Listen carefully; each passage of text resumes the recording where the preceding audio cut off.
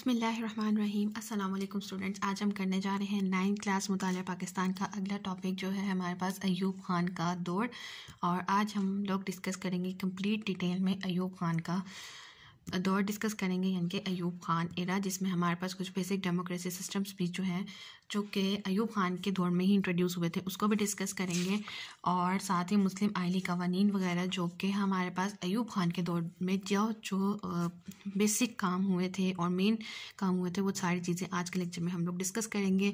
और इसी टॉपिक में आपके पास कुछ शॉर्ट आंसर्स भी हैं, लॉन्ग आंसर्स भी हैं, जो हम लोग साथ साथ मार्कआउट करते जाएंगे। तो आज आपके पास जो टॉपिक है वो है अयूब ख़ान का दौर। चैप्टर नंबर है आपके पास 2 तहरीक पाकिस्तान और पाकिस्तान का क़याम, और पेज नंबर है हमारे पास 42। तो चलिए स्टार्ट करते हैं। उसी पैटर्न के मुताबिक रीड आउट करेंगे, साथ साथ मार्क करते जाएंगे जो पॉइंट हमारे पास MCQs के लिए इंपॉर्टेंट होगा और जो हमारे पास शॉर्ट पॉइंट ऑफ व्यू से इंपॉर्टेंट आएगा। अयूब ख़ान का दौर 1958 टू 1969। अब सबसे पहले आप लोग मार्क कर लीजिए, ये आपका अयूब ख़ान का जो दौर हुकूमत है जो कि हमारे पास जाएगा टिल पेज नंबर 43। ये आपके पास आपका 6 लॉन्ग आंसर का भी आंसर इसी में से आएगा। ये पूरा टॉपिक जिसके आगे 1 पार्ट है आपका, ये पूरा आपका 6 लॉन्ग आंसर है जो कि हमारे पास जाएगा पेज नंबर 43।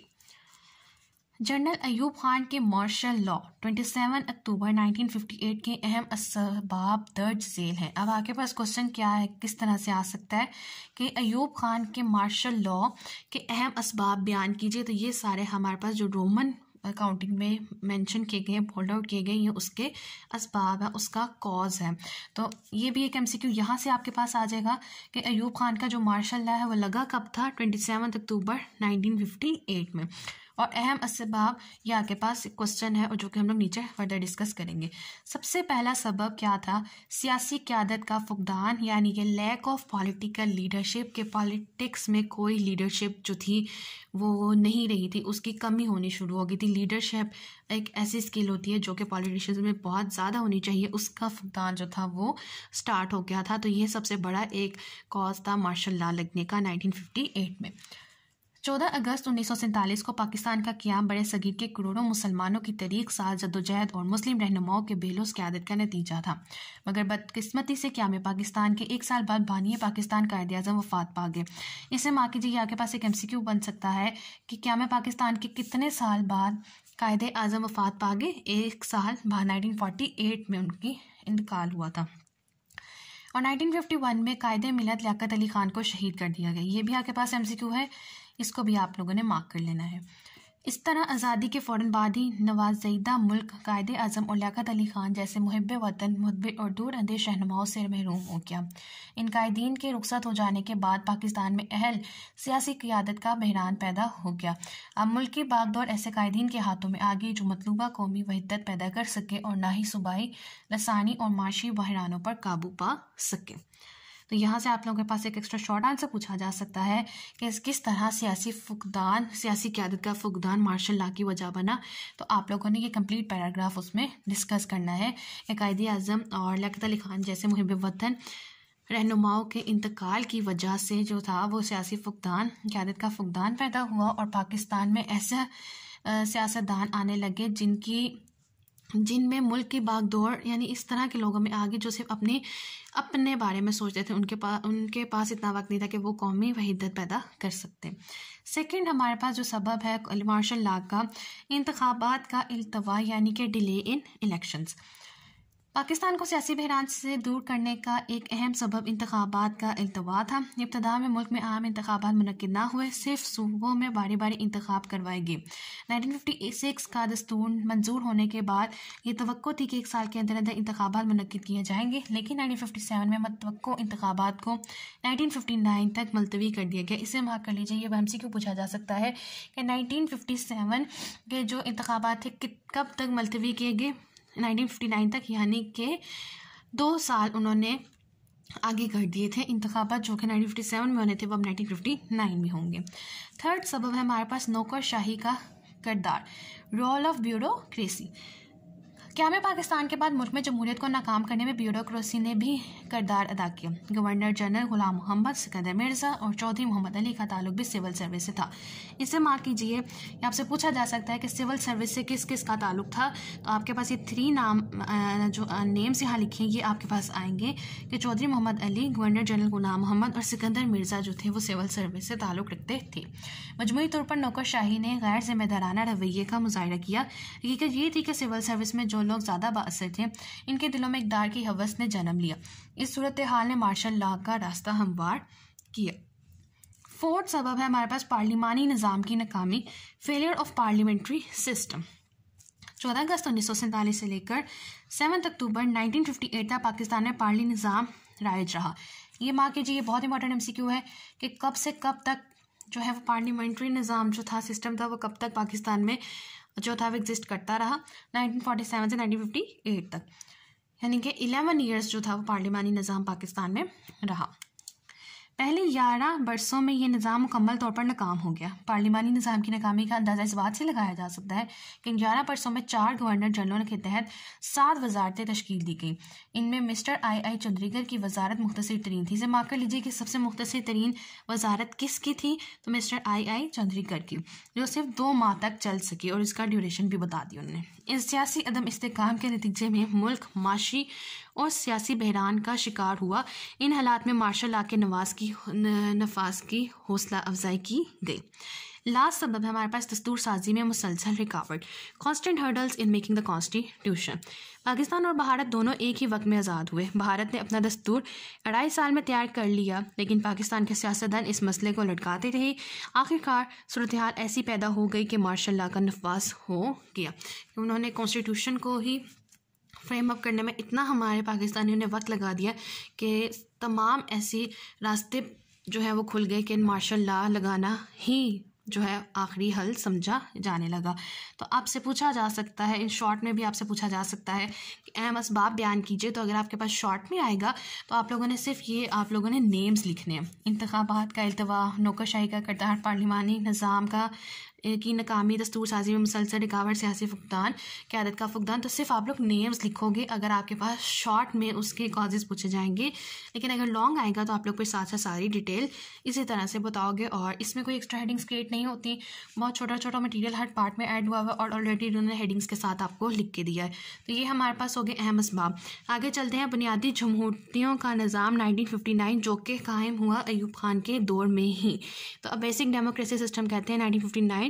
और ये आप लोगों के पास एक इंपॉर्टेंट टॉपिक है, इसको आप लोगों ने मार्क कर लेना है। ये आपके पास MCQs भी पूछे जा सकते हैं और इसमें शॉर्ट आंसर्स भी आते हैं। इसी पार्ट में से आपके पास बनता है आपके एक्सरसाइज का 8 शॉर्ट आंसर, और उसमें आप लोगों ने किस तरह से बताना है और क्या क्या बताना है वो मैं आप लोगों को सारा बता देती हूँ। और लॉन्ग आंसर को आप किस तरह से अटेम्प्ट करेंगे वो भी मैं आप लोगों को हेडिंग के साथ डिटेल में बताऊँगी। पहले रीड आउट करते हैं और फिर देखते हैं कि आपने शॉर्ट किस तरह से करना है और लॉन्ग किस तरह से करना है। बुनियादी जमहूरियतों का निज़ाम 1959। जनरल अयूब खान ने मार्शल लॉ लगाकर मुल्क का इंतज़ाम संभाल लिया था। वो काफ़ी अर्से से सियासत को करीब से देख रहे थे, क्योंकि वो बतौर वज़ीर दिफा और अमूर मुमलिकत में हिस्सा लेते रहे, इसलिए वो मुल्क की सियासी सूरत हाल से आगाह थे। वो बज़ाते खुद सदारती निज़ाम के हामी थे जिसमें सदर को वसी इख्तियारात हासिल थी। इसी एहसास के पेश नज़र 1959 में जनरल अयूब खान ने 4 सतही बुनियादी जमहूरियतों का निज़ाम लाने का फ़ैसला किया। अब 4 सतही निज़ाम में क्या क्या चीज़ें शामिल है, यही आपका बेसिक कॉन्सेप्ट है, इस टॉपिक है। इसको आप लोगों ने अच्छी तरह समझ भी लेना है और याद भी कर लेना, ये इम्पॉर्टेंट है। इस 4 सतही निज़ाम में यूनियन कौंसिल, तहसील कौंसिल, ज़िला कौंसिल और डिवीजन कौंसिल शामिल थी। अब यही आपके पास एक जो है वो शॉर्ट आंसर भी है, हम यहाँ से भी देख लेते हैं। वो आपके पास आता है कि बुनियादी जमहूरियतों के निज़ाम 1959 का तारुफ लिखें। तो आप लोगों ने सारा डिटेल नहीं लिखनी, आप लोगों ने जो अभी हम लोगों ने फर्स्ट पैराग्राफ पढ़ा है ये आप लोग कंप्लीट लिखोगे और सिर्फ 4 सतही निज़ाम के सिर्फ नेम्स लिखोगे, उसकी डिटेल नहीं लिखोगे। और वो कौन से हैं हमारे पास, यूनियन कौंसिल, टाउन कमेटी, तहसील कौंसिल, थाना कौंसिल, डिस्ट्रिक्ट कौंसिल, और हमारे पास आ जाता है डिविजनल काउंसिल और निज़ाम की इफादत, वो हम लोगों ने इसमें एंटर नहीं करना। तो ये आपके पास 8 शॉर्ट आंसर है जिसमें आप लोग फर्स्ट पैराग्राफ और सिर्फ नाम बताओगे 4 सतही निज़ाम के। सबसे पहला हमारे पास 4 सतही निज़ाम में आ जाता है यूनियन काउंसिल। यूनियन काउंसिल को टाउन कमेटी भी कहा जाता है। और ये आप लोगों के पास बुनियादी जमहूरियतों का निज़ाम का तारुफ भी आ गया। तो लॉन्ग आंसर के लिए आप सबसे पहले इस पैराग्राफ पे हेडिंग दे लो तारुफ की, फिर यहाँ पे आप हेडिंग दोगे 4 सतही निज़ाम, 2 हेडिंग्स हो गई। फिर आपने नेक्स्ट हेडिंग देनी यूनियन काउंसिल टाउन कमेटी, इसके हेडिंग दोगे और इसके आगे हम लोग फर्दर देखेंगे इस पार्ट में से क्या हेडिंग बनती है, वो भी हम लोग इसकी सब हेडिंग मार्क करेंगे। बड़े दही कस्बात में यूनियन काउंसिल और छोटे कस्बात में टाउन कमेटी बुनियादी जमहूरियतों की पहली मंजिल थी। अब बड़े दही कस्बात में यूनियन काउंसिल आएगा, इसको बहुत ध्यान से मार्क करना है, एमसीक्यूज में बहुत सारे बच्चे गलत करते हैं। और छोटे कस्बात में टाउन कमेटी, इसलिए दोनों के फ़राइज़ सेम होंगे, लेकिन छोटे कस्बात में टाउन कमेटी कहलाया जाएगा और बड़े देहात में यूनियन काउंसिल। हर यूनियन काउंसिल मुतअद्दिद देहातों पर मुश्तमिल थी और 5,000 से लेकर 10,000 तक आबादी की नुमाइंदगी करती थी। हर 1,000 अफराद की नुमाइंदगी एक रुकन करता था। इसे मार्क कर लीजिए कि हर 1,000 की नुमाइंदगी कितने रुकन करते थे, एक रुकन जो है वो 1,000 बंदों की निगरानी करता था। यूनियन काउंसिल के नुमाइंदे अपना एक चेयरमैन मुंतखब करते थे। छोटे कस्बों में टाउन कमेटी के अरकान का इंतखाब किया जाता था। हर यूनियन काउंसिल और टाउन कमेटी अपने इलाके में इज्तिमाई तरक्की के फ़राइज़ अंजाम देती थी। अब आपने सबसे पहले हेडिंग दी यूनियन काउंसिल और टाउन कमेटी, उसके बाद इसी में से आपके पास सब हेडिंग आ जाएगी फ़राइज़। और फ़राइज़ क्या है, छोटे कस्बों में टाउन कमेटी से लेके यहाँ से लेके आपके पास लास्ट तक जाएगा, जो कि मैंने मार्क किया है। और ये आपके पास एक इंपॉर्टेंट शॉर्ट आंसर भी है, आपसे पूछा जा सकता है कि यूनियन काउंसिल या टाउन कमेटी के फ़राइज़ में क्या क्या चीज़ें शामिल थी। तो आप लोग सिर्फ यही वाला जो आंसर है इस 2 लाइन्स का, ये आप लोग उसमें लिखोगे और अपने आंसर को मॉडिफाई करने के लिए आप लोग ऊपर से डिटेल एंटर कर सकते हो। सेकेंड निज़ाम आ जाता है हमारे पास तहसील कौंसिल और थाना कौंसिल। बुनियादी जमहूरियतों के निज़ाम की दूसरी मंजिल थाना कौंसिल और तहसील कौंसिल कहलाती थी। मगरबी पाकिस्तान में तहसील कौंसिल का चेयरमैन तहसीलदार होता था। तहसील में शामिल तमाम यूनियन कौंसिलों के चेयरमैन तहसील कौंसिल के अरकान होते थे। इसी तरह मशरक़ी पाकिस्तान में हर थाना कौंसिल तमाम यूनियन कौंसिलों और कस्बात की टाउन कमेटियों के चेयरमैनों पर मुश्तमिल होती थी और इसका चेयरमैन सब डिवीजनल ऑफिसर होता था। इसे वाक़ कर लीजिए एमसीक्यूज़ के लिए कि मशरक़ी पाकिस्तान में हर थाना कौंसिल तमाम यूनियन कौंसिल और कस्बात की टाउन कमेटियों के चेयरमैन पर मुश्तमिल होता था।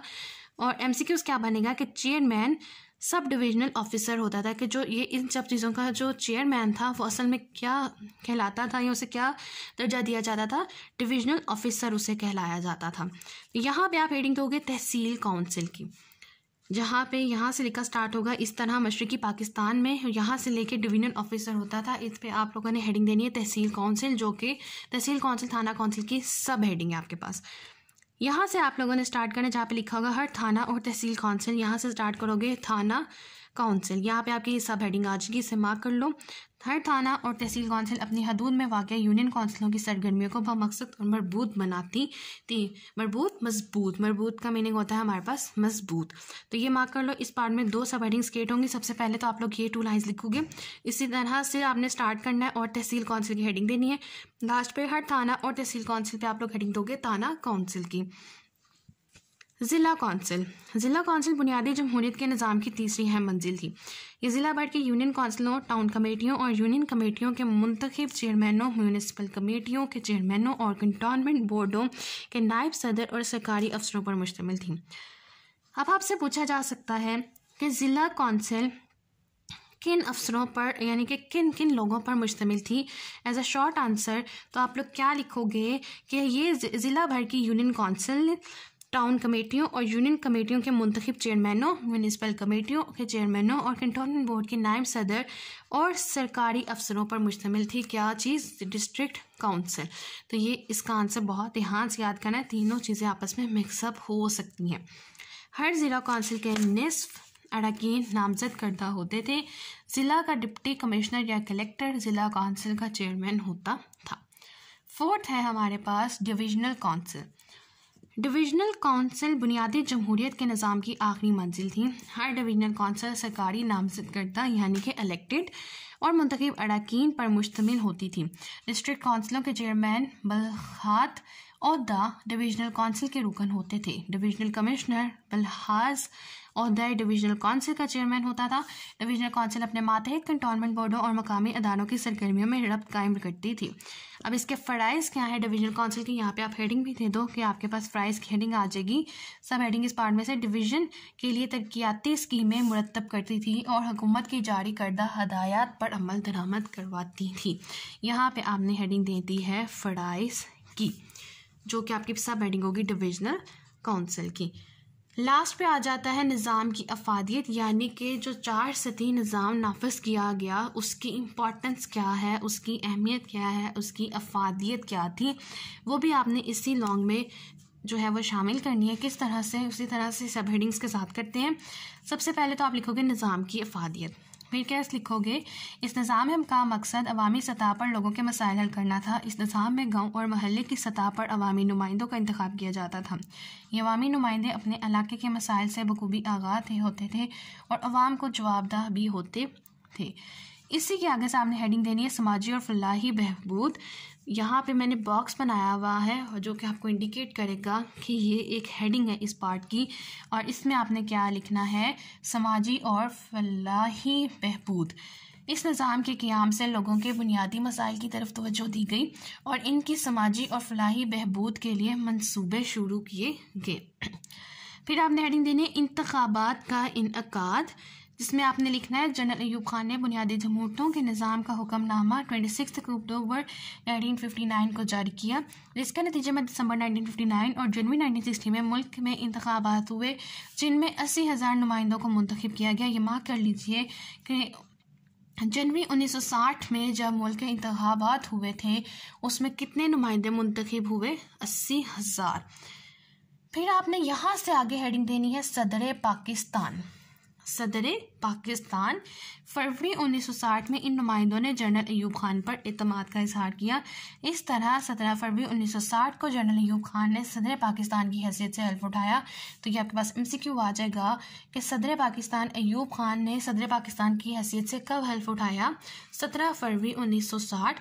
और अगर थोड़ा सा क्वेश्चन ट्विस्ट करके आए इस तरह से कि 17 फरवरी 1960 को किस शख्सियत ने सदर पाकिस्तान की हैसियत से हल्फ उठाया, तो उसका आंसर क्या आ जाएगा आपके पास, जनरल अयूब खान। तो ये था हमारे पास बेसिक डेमोक्रेसी सिस्टम। तो आपने ये बुनियादी जमहूरियतों का निज़ाम 1959 का लॉन्ग किस तरह से अटेम्प्ट करना है, एक बार रिपीट आउट कर देते हैं तमाम हेडिंग्स को, ताकि आप लोगों की अगर कोई चीज़ मिस हो गई तो आप लोग दोबारा राइट कर लो। मेन हेडिंग दोगे बुनियादी जमहूरियतों का निज़ाम 1959, सबसे पहले हेडिंग आ जाएगी तारुफ, फिर आपने हेडिंग दोगे 4 सतही निज़ाम, फिर आपने ये नाम लिख दिया, फिर हेडिंग दोगे सबसे पहले निज़ाम की यूनियन काउंसिल और टाउन कमेटी। ये आपके पास आ जाएगा, यहाँ से लेके यहाँ तक सारा मटेरियल आएगा। फिर आपने हेडिंग देनी है फ़राइज़ की, जिसमें इन दोनों के सारे फ़राइज़ आ जाएंगे। फिर आपके पास हेडिंग आ जाएगी तहसील काउंसिल और थाना काउंसिल की, जिसमें आप लोगों के पास 2 सब हेडिंग्स आ रही थी, तहसील काउंसिल और थाना काउंसिल। यहाँ से यहाँ तक आप लिखोगे तहसील काउंसिल और यहाँ से यहाँ तक आपके पास आ जाता है थाना काउंसिल। थर्ड निज़ाम है हमारे पास ज़िला काउंसिल, जिसमें आपके पास कोई सब हेडिंग नहीं आती। फोर्थ पे आ जाता है डिविजनल काउंसिल, जिसमें सिर्फ एक हेडिंग आएगी। लास्ट पे जिस पे आपने देनी है हेडिंग फ़राइज़ की। लास्ट पे आप दोगे निज़ाम की फ़ायदे, जिसमें आपके पास 3 सब हेडिंग्स आती हैं। सबसे पहले तो हमने यहाँ से यहाँ तक लिखा, बिल्कुल शुरू में स्टार्ट में उसकी फ़ायदे लिखनी है जब तब। फिर आपने हेडिंग देनी है समाजी और फलाही बहबूद, जिसमें आप यहाँ से यहाँ तक लिखोगे। और फिर नेक्स्ट आ जाएगी इंतखाबात का इनका, जिसमें आपने यहाँ से लेके यहाँ तक लिखना है। और लास्ट पे आपके पास आ जाता है सदर पाकिस्तान। तो ये आपके पास एक लॉन्ग आंसर कंप्लीट हो जाता है। तो आज के इस लेक्चर में हम लोगों ने 2 चीज़ों को डिस्कस किया है। सबसे पहले अयूब खान का दौर, जिसमें सबसे पहले मार्शल लॉ के असबाब डिस्कस किए, और दूसरा हमारे पास पार्ट था बुनियादी जमहूरियतों का निज़ाम 1959। लास्ट जो आज का हमारे पास टॉपिक है वो है मुस्लिम आइली कवानीन 1961, जिसमें हम लोग डिस्कस करेंगे मुस्लिम फैमिली लॉज 1961। ये हमारे पास लॉन्ग में तो नहीं आता, लेकिन शॉर्ट पॉइंट ऑफ व्यू से भी हम लोगों ने इसको हेडिंग के साथ तैयार करना है, ताकि हम लोग ज़्यादा अच्छे मार्क्स को गेन आउट कर सकें। तो मुस्लिम आइली कवानीन 1961 ये आपके पास एक इंपॉर्टेंट टॉपिक है, इसको भी मार्क कर लीजिए। और इसमें हम लोग देखते हैं कि क्या हम लोग डिस्कस करेंगे।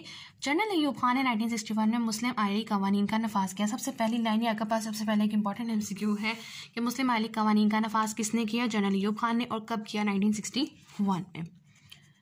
फिर आपके पास आ जाता है इन कवानीन के मुताबिक पाकिस्तान में पहली दफ़ा निकाह का इंदराज लाजमी करार दिया गया। इसके अलावा पहली बीवी की इजाज़त के बगैर दूसरी शादी खिलाफ कानून करार दी गई। इस पर आप हेडिंग दोगे निकाह का इंदराज, मैंने बॉक्स इंडिकेट किया हुआ है, इस पर हेडिंग दे दो जल्दी से, निकाह का इंदराज, जिसमें आपने यहाँ से लेके यहाँ तक सिर्फ एक लाइन लिखनी है। फिर आ जाता है आपके पास शादी के लिए लड़के की उम्र कम से कम 18 साल मुकर्रर की गई, जबकि लड़की की उम्र 16 साल मुकर्रर की गई। ये बहुत इंपॉर्टेंट MCQ आता है कि शादी के लिए मुस्लिम आइली कवानीन में लड़की की उम्र कितनी मुकर्रर की गई, 16 साल, और लड़के की उम्र जो है वो 18 साल मुकर्रर की गई। तो आपके पास यहाँ पे आपने हेडिंग देनी है शादी की उम्र। सबसे पहले आपके पास हेडिंग आएगी निकाह का इंदराज, फिर आ जाएगी शादी की उम्र, फिर आपके पास हेडिंग आ जाती है इद्दत का अरसा, और इसमें आपने लिखना है कि तलाक की सूरत में इद्दत का अरसा 90 दिन का रखा गया। यह भी एक इंपॉर्टेंट MCQ है, इसे मार्क कर लो कि तलाक की सूरत में इद्दत का अरसा कितने दिन का होगा, 90 दिन, यानी कि 3 माह। तो ये अक्सर कन्फ्यूजन होती है और बच्चे गलत कर जाते हैं। अक्सर लिखा होता है 1 माह, 2 माह, 3 माह या 4 माह, तो नहीं कन्फ्यूजन हो जाती है स्टूडेंट्स को, क्योंकि यहाँ पे लिखा होता है 90 दिन। ठीक है, 90 डेज़ का लिखा होता है, लेकिन 90 डेज़ आपके पास अप्रॉक्सीमेटली 3 मंथ्स होते हैं। तो आप लोगों ने इस तरह अगर MCQs को थोड़ा सा ट्विस्ट कर दिया आएगा तो वो कन्फ्यूजन नहीं होगी। तो यहाँ पे आप साथ लिख सकते हो कि 90 डेज़ जो है हमारे पास 3 माह के बराबर है। इन कवानीन के तहत दादा की वरासत में यतीम पोते का हक भी तस्लीम किया गया।